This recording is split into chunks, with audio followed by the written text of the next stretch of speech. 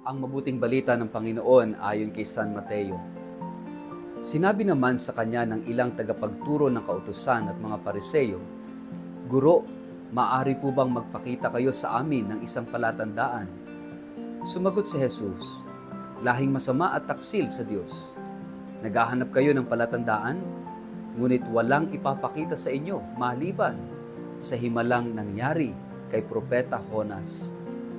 Kung paanong si Jonas ay 3 araw at 3 gabing nasa tiyan ng dambuhalang isda, ang Anak ng Tao ay 3 araw at 3 gabi ring nasa ilalim ng lupa. Sa araw ng paghukom, tatayo ang mga taga-Ninive at sasaksi laban sa lahing ito, sapagkat nagsisi sila matapos pangaralan ni Jonas, ngunit higit pa kay Jonas ang naririto. Sa araw na iyon, sasaksi rin ang reyna ng Sheba laban sa lahing ito. Naglakbay siya mula pa sa dulo ng daigdig upang masaksihan ang karunungan ni Solomon. Ngunit higit pa kay Solomon ang naririto ngayon. Ang mabuting balita ng Panginoon. Pagpalang araw po. Kumusta po kayo? Welcome sa ating Gospel in a Nutshell.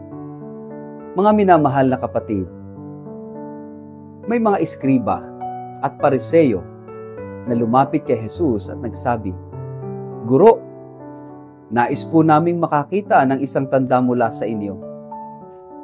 Isang kahilingan na parang inosente, pero sa totoo, ito ay galing sa pusong mapagduda, pusong hindi handang maniwala hanggat may nakikitang pruweba.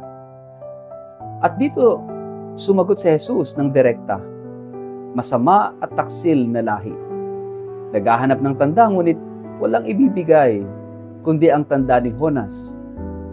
Hindi ba't minsan tayo rin ay ganyan? Lord, bigyan mo ako ng sign. Kung talagang mahal mo ako, ipakita mo. Kung totoo kang Diyos, alisin mo ang problema ko." Gusto natin ng tanda. Pero ayaw nating makinig. Gusto natin ng himala, pero ayaw natin ng pananampalataya. Ang mga Pariseo ay hindi humingi ng tanda upang maniwala. Humingi sila ng tanda upang patunayan ang pagdududa nila. Ganyan ang puso ng sarado. Kahit gaano kaganda ang paliwanag, kahit gaano kaliwanag ang katotohanan, hindi pa rin makakakita. Dahil ayaw makakita. At sa ating buhay, kapag tayo naging tulad ng mga Pariseo, naghahanap tayo ng Diyos sa labas, sa kakaibang karanasan, sa kahindik-hindik na pangyayari, sa mga milagro, pero nakakaligtaan nating siya nagsasalita na sa tahimik na tinig ng ating puso. Ano ang sagot ni Jesus? Walang ibibigay na tanda kundi ang tanda ni Jonas. Kung paanong si Jonas ay 3 araw sa tiyan ng dambuhalang isda, gayon din ang Anak ng Tao ay 3 araw sa puso ng lupa. Ito ang paalala ni Jesus. Ang pinakadakilang tanda ay hindi himala, kundi ang kanyang krus at ang kanyang pagkabuhay. Hindi ba't ito rin ang kwento natin? Sa bawat tiyan ng balyena ng ating buhay, mga gabi ng kalungkutan, mga araw ng pagkalugmok, mga sandali ng pagkawala, naroon din ang Diyos. Ang himala ay hindi laging pag-alis ng sakit, kundi ang paglalakad kasama ng Diyos sa gitna ng sakit. Hindi laging pag-alis ng problema, kundi pagkakaroon ng pag-asa sa gitna ng unos. Binalikan ni Jesus ang kwento ng reyna ng Timog na bumiyahe mula sa malayo upang marinig ang karunungan ni Solomon. At ngayon narito, higit kay Solomon ay narito. Sa kwentong ito, hindi himala ang hinahanap ng reyna, karunungan. Siya'y naglakbay, naghanap, at nakinig. Ito ang paanyaya sa atin ngayon. Hindi laging may milagro, pero palagi tayong inaanyayahan ng Diyos na makinig sa Kanyang salita. Kilalanin siya at sundan siya. Dahil kung ang puso mo ay sarado, kahit may himala, hindi ka maniniwala.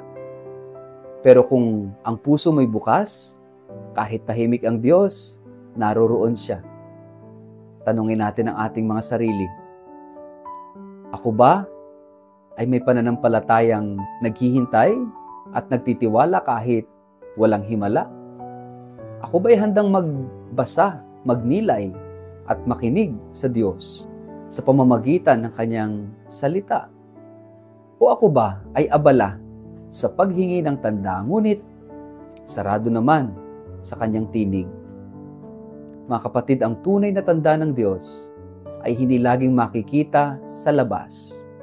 Ito'y maririnig sa tahimik na panalangin, mararamdaman sa simpleng kabutihan, makikita sa krus, at mauunawaan sa pagkabuhay na muli. Ako ba'y naghahanap ng milagro dahil ayaw kong magtiwala? Paano ko mapapalalim ang aking pananampalataya sa gitna ng katahimikan ng Diyos? Sa ngalan ng Ama at ng Anak at ng Espiritu Santo. Amen. Panginoong Jesus, madalas kaming naghahanap ng mga tanda, ng mga sagot na malinaw, ng mga milagro na makikita ng aming mga mata. Ngunit ngayon, turuan mo kaming makinig, turuan mo kaming sumampalataya sa iyo, sa iyong presensya kahit hindi kaagad namin nauunawaan. Turuan mo po kami na sumampalataya sa iyong krus at sa iyong muling pagkabuhay bilang pinakamalalim na tanda ng iyong pag-ibig. Sa katahimikan, tulungan mo kaming marinig ka.